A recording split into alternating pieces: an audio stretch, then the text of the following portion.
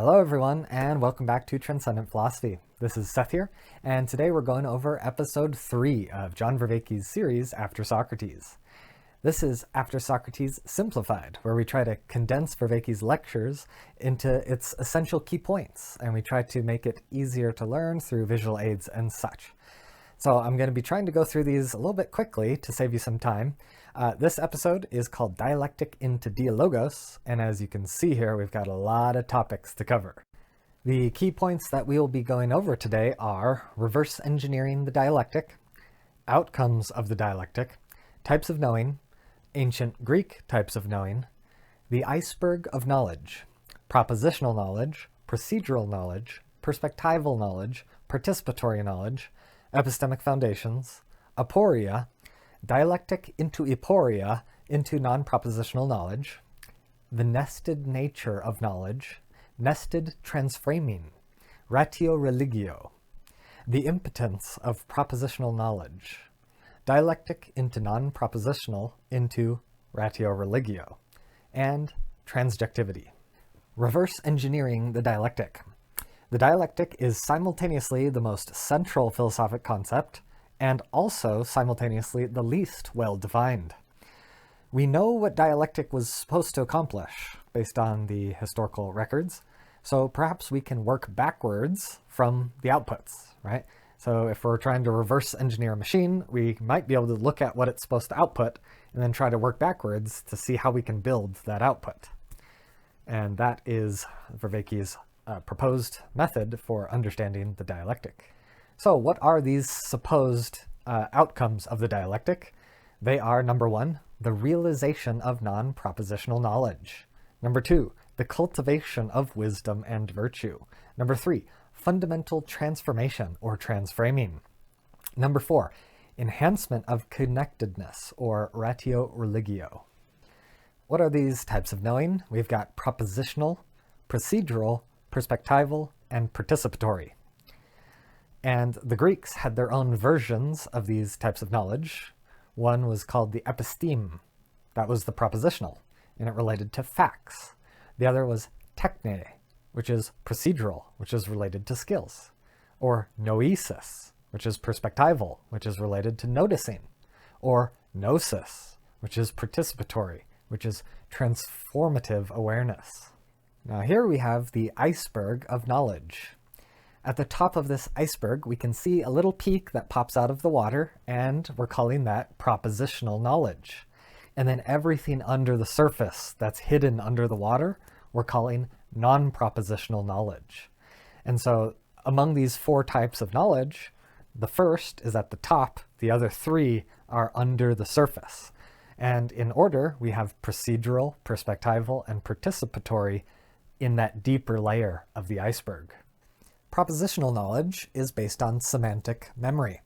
Propositional knowledge is general knowledge about concepts. They're related to claims with a proposed truth value.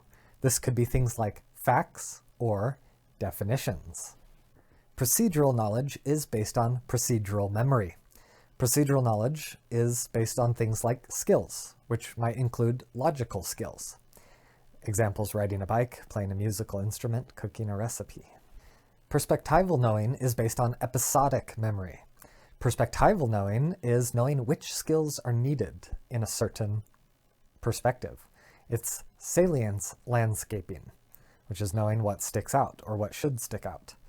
And some examples are recognizing a familiar route, recognizing a friend's emotion, or making a specific play in a sport. Participatory knowing is based on self-memory. Participatory knowing is knowing the affordances in an arena. It's knowing the interactability of agents and environment. It's knowing the agent-arena relationship. It's knowing the relationship between agency and the world.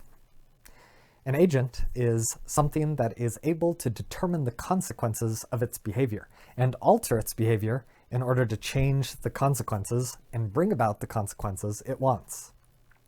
Or more simply, an agent is something that has goals and it can act upon those goals. Affordances are a real existing possibility for action. So affordances are seeing the possibilities in the landscape. Some examples of participatory knowing include your personal identity, role play, empathy, culture, spiritual practices, relationships, navigation, teamwork, soft skills, and parenting. Epistemic foundations. Quoting John Vervaeke, "You don't have to know that you know in order to know." Sounds a bit paradoxical. Let's look at it from the iceberg analogy. We can claim to know things, which is the superficial tip of the iceberg. But then maybe our reasons for what we know are deeper within our brain, deeper into the subconscious. And sometimes when people ask us why we know what we know, it's hard for us to extract those deeper reasons. Well, just because you can't find all of those deeper reasons doesn't mean they don't exist. So perhaps you are justified in your knowledge claims. And then from a logical perspective, we've got different foundational paradoxes. When you try to logically justify a knowledge claim, you have to iterate through steps of logic. And so you could have a conclusion, and that conclusion is justified by a prior conclusion, and that prior conclusion is justified by a prior conclusion, and this pattern sets up a paradox. An infinite regress, is that the explanation? Well, that doesn't make a lot of sense, because how can you have an infinite number of prior conclusions? Circularity, that seems illogical. Foundationalism, it also seems illogical in its own way. So if every single explanation for our knowledge is paradoxical and illogical, does that debunk our ability to have knowledge? John Vervaeke seems to be saying that we should, that philosophers are coming to the conclusion that we can accept that we have knowledge despite these seeming paradoxical foundations. Aporia. Aporia is basically the confusion of a contradiction, right? And what we're going for with aporia is somewhat the opposite of cognitive dissonance. Cognitive dissonance is that negative feeling you have in the face of a contradiction, and aporia is trying to turn it into something positive. It's a positive feeling in the face of contradiction. Why is it positive? Because it's opening us up to the horizon of wonder. We're hoping that we can be motivated to approach the contradiction instead of hide from it.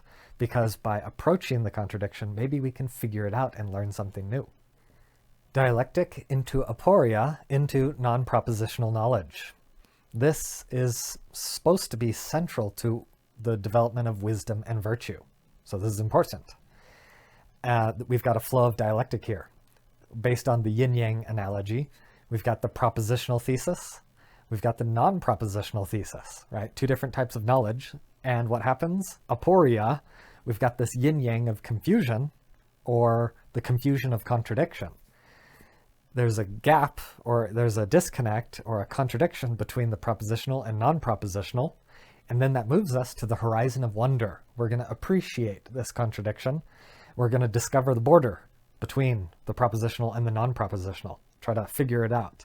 And that gives us the dialogos, which we begin to flow into the non-propositional.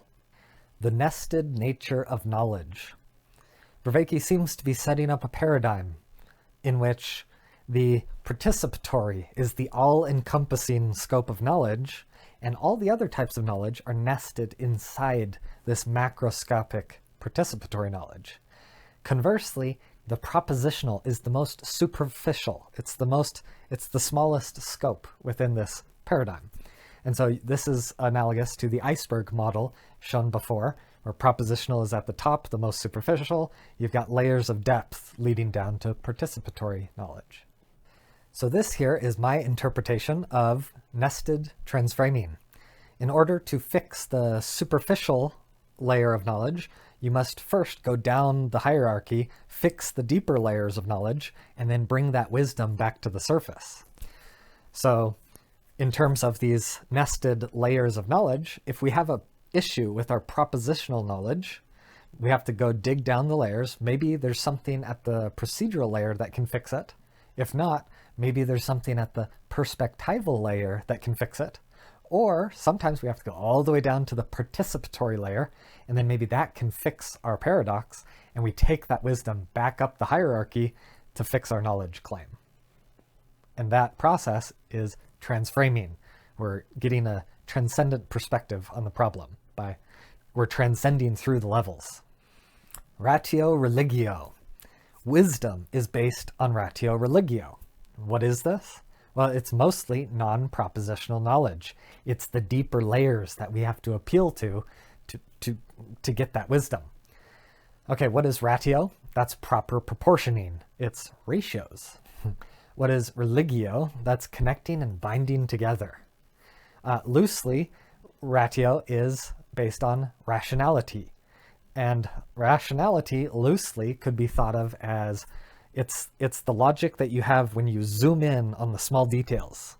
And then from those small details, you can build outwards into a holistic paradigm. And religio is loosely based on religion. And religion could be loosely considered something like it's a zoomed out big picture view. It's seeing all those patterns at that bird's eye view, that transcendent perspective. And then starting from that zoomed out view, that helps you give context to going inwards towards the details. So I'm interpreting ratio religio as coming from two opposite directions. And so the synthesis, the synergy, the combination of these is quite interesting. So here, ratio, it's starting with the small details, and the arrows are moving outwards from those small details. It's a more bottom-up construction approach. It's kind of almost a scientific building block, reductionist building blocks, building upwards approach. Religio is the opposite. It's starting outwards and moving inwards, where it's all these macro level patterns are helping us give context to these inner details. So here we have a diagram of a brain, and you probably heard that people talk about the left brain, the right brain. I'm not a neuroscientist. It's a little bit more complicated than this, but I think this is a helpful analogy at least. I think it could be argued that the left brain has a ratio bias, and the right brain has a religio bias. And as you can see here, the symbols placed here, there's kind of the left brain likes to focus on those details, and the right brain likes to see those overarching patterns. So as you can see, for ratio religio, we're taking the left brain bias and the right brain bias, and we're bringing them into harmony. They're synergizing, they're working together, and that gives us the best of both worlds. We're getting the small details and the overarching patterns working together. And the idea is this synergy gives us wisdom. We're correctly coordinating our faculties. The impotence of propositional knowledge. So studying propositional philosophy empirically doesn't seem to make an individual become more moral. It doesn't improve moral behavior. And perhaps the reason is because virtue requires the integration of all the types of knowing, not just the superficial propositional layer of knowledge. So for example, we could have the proposition, thou shalt not lie, right? That's a moral proposition. Does reading that, does knowing that make you a better person in terms of not lying? Vervaeke seems to be arguing no. In order to be honest, we have to know when to be honest, how to be honest, the right time to be honest, and the right degree of honesty. And so deeper than the propositional, we have the procedural.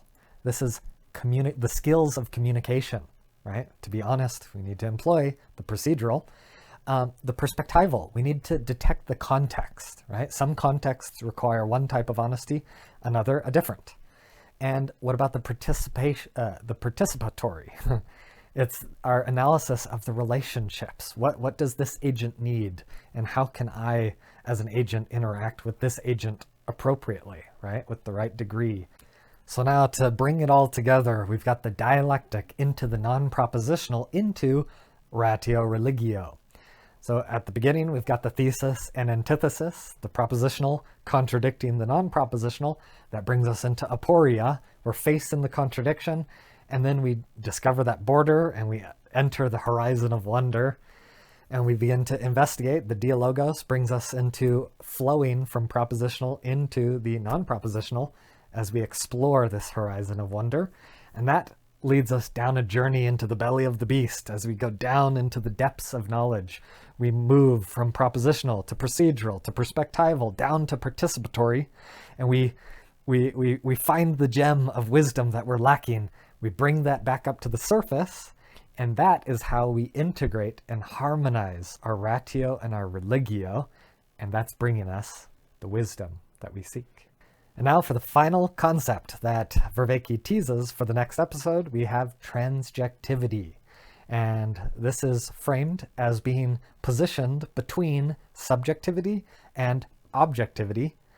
And as diagrammed here, I've placed it in a Venn diagram where the transjective is overlapping. It's the area that represents the overlap between the subjective and the objective. And Vervaeke refers to these as the first-person perspective, which is subjective, the second-person perspective, which is transjective, and the third-person perspective, which is objective. Now, this is the dynamic between the I, which is the self agent, the it, which is the affordances in the objects in the arena, and the you, which is the participatory agents that the I has to interface with.